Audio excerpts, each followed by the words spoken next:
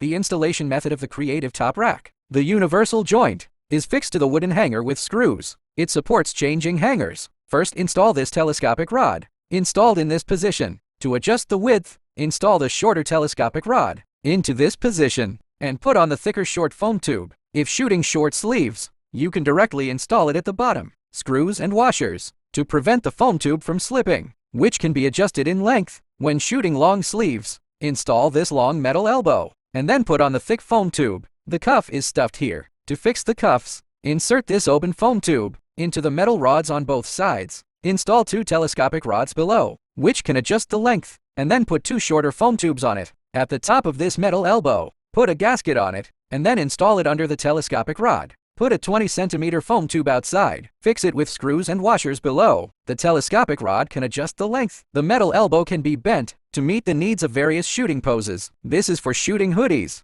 Wire and foam pad.